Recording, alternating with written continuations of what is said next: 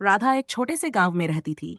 उसके दो बच्चे थे, 2 साल का सोनू और 22 साल का बंटी। राधा अपने बच्चों से बहुत प्यार करती थी और दिन रात उनके लिए काम करती रहती थी।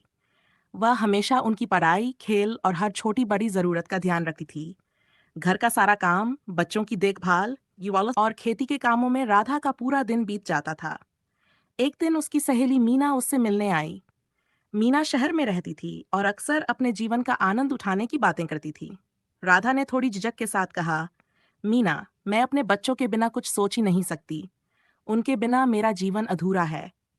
मीना मुस्कुराई और बोली, राधा, मैं जानती हूँ कि तुम अपने बच्चों से कितना प्यार करती हो, लेकिन क्या तुमने कभी सोचा है कि अगर तुम खुश और स्वस्थ नहीं रहोगी तो तुम्हारे बच्चे भी खुश नहीं रहेंगे?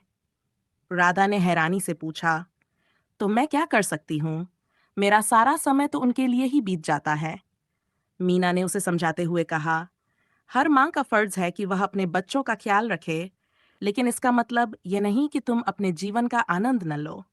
अपने लिए भी समय निकालो, अपनी खुशियों के बारे में सोचो। कभी कभी खुद को आराम दो, अपनी पसंद की चीजें करो और जीवन का मजा लो।